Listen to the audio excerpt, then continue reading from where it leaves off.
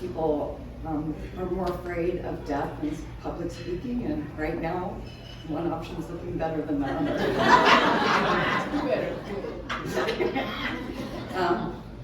So let me get to the story.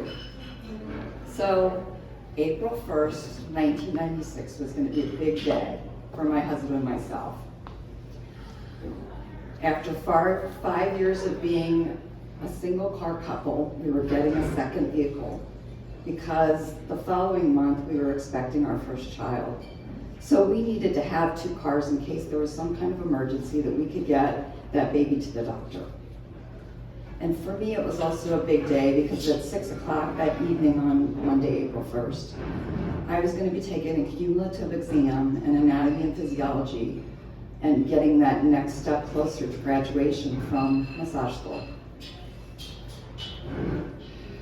And massage school graduation was going to be at the end of April. So things were going to be working out perfectly in terms of timing. Baby was due mid-May. So the plan that my husband and I discussed on Sunday night, March 31st, was that we would meet to sign those papers for the car. I would have time to study for the exam, get there into the exam in a good headspace and ready to pass with flying colors. I woke up at 5:15 in the morning on Monday, April 31st, feeling like my mind racing, thinking of exams and to-do list, and also feeling like I really had to go to the bathroom. And we lived in a story and a half, so I had to trek, and the bathroom was on the first floor, and our bedroom was on the next floor, so I had to trek down the steps to the bathroom. And I guess I really had to go to the bathroom because by the time I got to the bathroom, my underwear was damp. I'm like, oh my gosh, I can't even make it to the bathroom. What's going on? I trek up back the stairs, grab a clean pair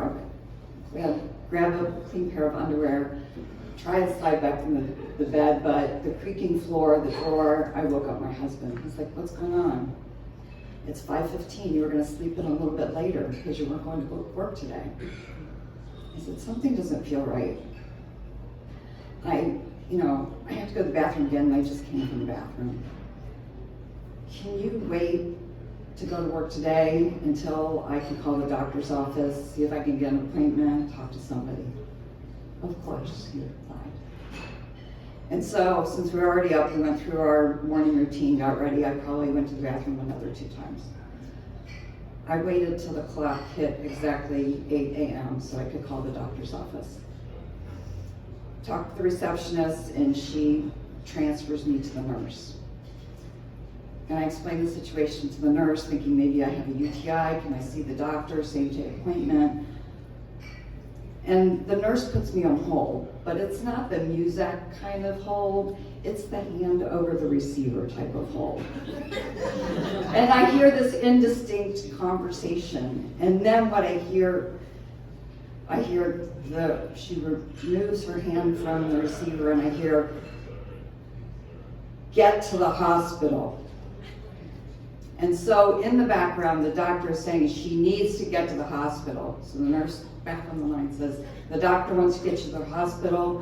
We're not sure what's going on. We want you to be checked out. So being the responsible people we are, immediately we are getting ready to get out the door. While my husband is calling work to let them know what the situation is, I grab my anatomy and physiology flashcards and my notes because I don't know how long we're going to be waiting to be seen, and I wanted to make good use of that time.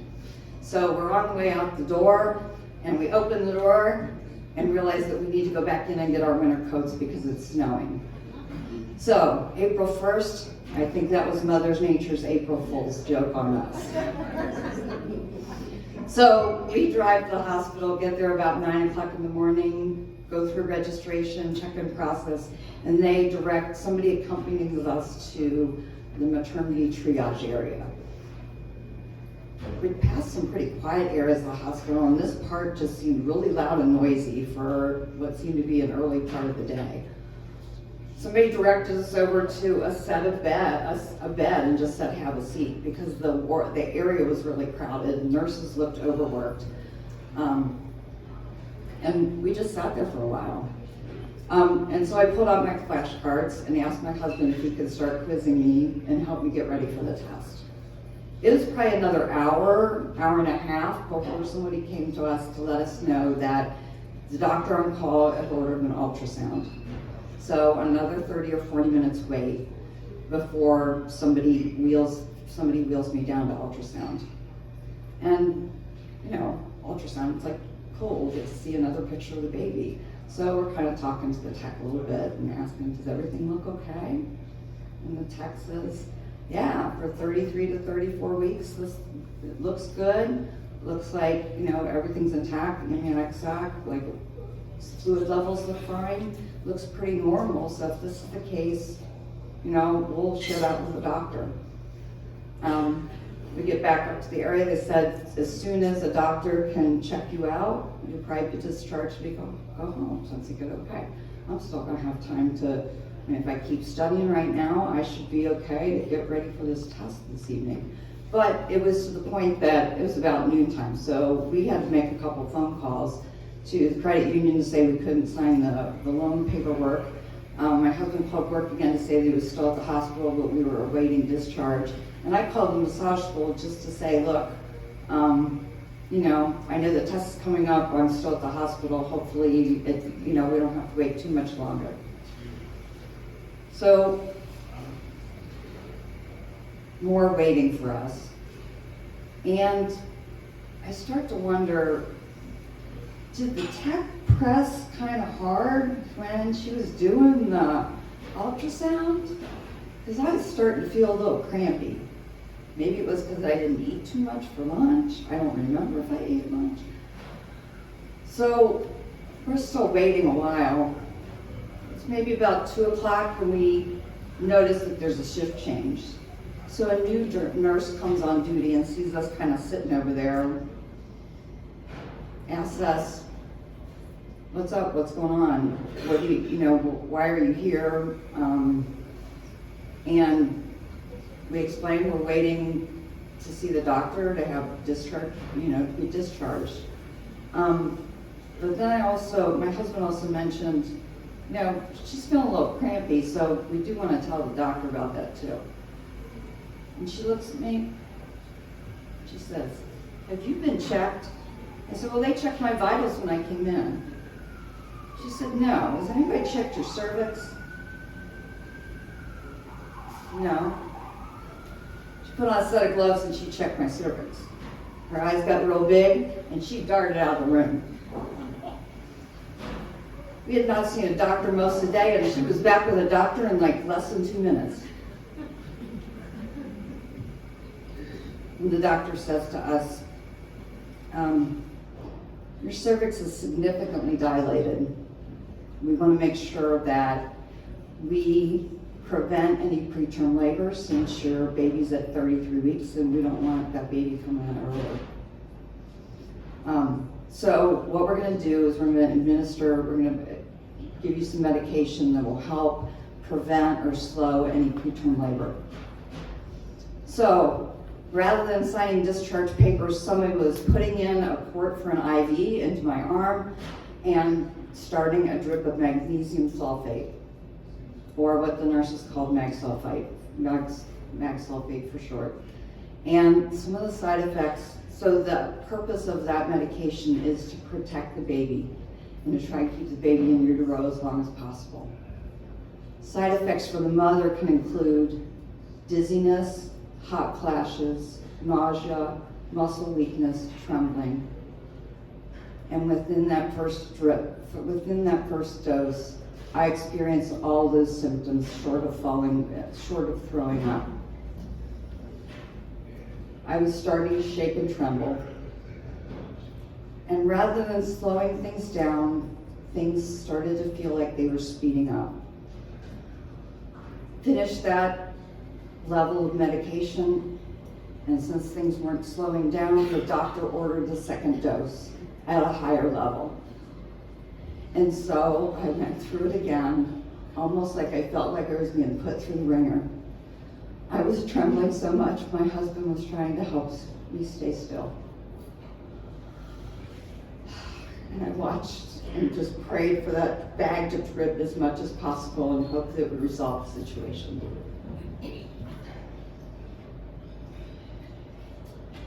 Then some relief came when the doctor said there was not going to be any more mag sulfate, cut the mag sulfate. Okay, I can take a breath. Maybe we're going to get this thing resolved and I could get home. Instead, the doctor came back in to speak with me. And he looked me in the eye and said, "Dear, you're going to have a baby today." What? I'm not ready! I'm supposed to take a test. This is my cumulative exam. I'm not supposed to be here. I think he looked at me like I was a crazy woman, and I probably was. He proceeded to say, "We think that there is a rupture in the amniotic sac. We're not able to stop the labor. Someone will be down from NICU to talk to you about how we will take care of your baby." And within moments, there was a team from NICU come to talk to us about how to take care of how they would take care of our baby. I don't remember much of I don't remember much of what they said. I know they have the book, and they were showing us some pictures. About the only thing I remember hearing them say was, "You can expect that your baby could be in the neonatal intensive care unit for up to the time of their due date, or maybe even a little bit after." That was 7 weeks. They left us, and I think the gravity of the situation started to sink in. My husband and I just looked at each other. I don't know if we had words. He put his hand on my shoulders, and things started happening. I experienced even more excruciating pain than the mag sulfate, to the point that I was doubled over. I hit that button for the nurse. A team was in, gave me an epidural, and because they were short-staffed, they asked my husband to help hold me still while he put that long needle in. From there, I don't remember much, except then a nurse came in to check me again. They said, "It's time. We need to move her." And they moved me into a maternity operating room. As we went into the room, I saw the clock read 5 o'clock. They told me to start pushing. And I did the best I could in doing that pushing. And at one point they said, "Okay, we've got the head through, keep pushing." And I did the best I could. And then I heard my baby cry. And then she was whisked away. I didn't see her. Out of the room she went. My husband was escorted out of the room as well. I wasn't sure where she was going. And the doctor had me. I heard some snip snip, and then he was doing a little bit of sewing. And then I was sent to recovery. It was about another 2 hours before I was at a point that they could wheel me up to NICU. My husband and I went into NICU. We crossed over into new parenthood through the doors of the neonatal intensive care unit, into a world that most parents never see, where there are babies 2 pounds and under. And our baby Emily was the big kid on the block at 4 pounds, 4 ounces, and 19 inches long. She was in, we walked into the space. You had to go through a whole protocol to wash your hands, make sure that you were clean, make sure that you were protected. And they took us up to where she was, and she was in this isolette, which was almost like this big shoebox, acrylic type shoebox that they put babies in so that they can get monitors and other things in. She was attached to some monitors. There was a heat lamp over there to keep her warm. But thankfully she was breathing on her own. She was not on a ventilator. They were keeping her warm. She needed to make sure that she could maintain her body temperature. A lot to do in one day.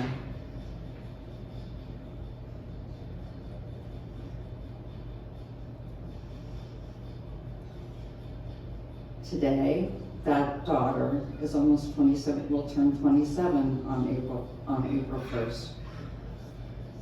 She is a wonderful young woman, a true gift, as well as each one of our children.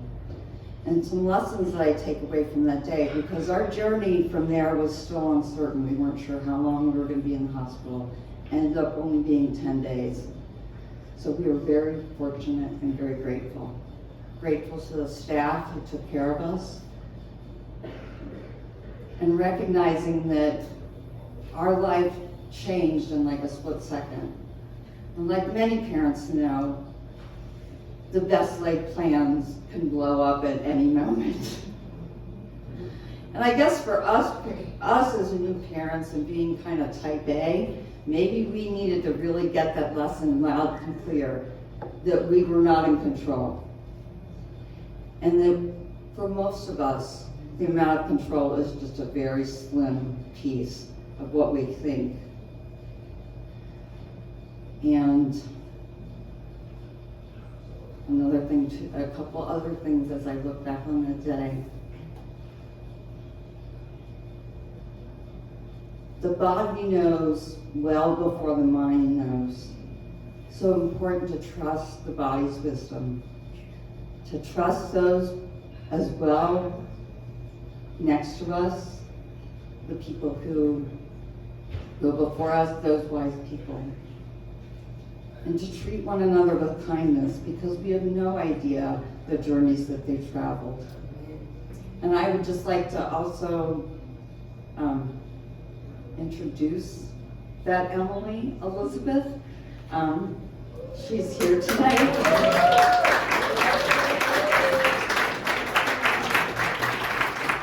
And the meaning of the word Emily, or the meaning of one meaning of the word Elizabeth is strong. And I just want to thank her for the strength that she had in her birthday, and to let her know that she was the best April Fool's that we have ever had.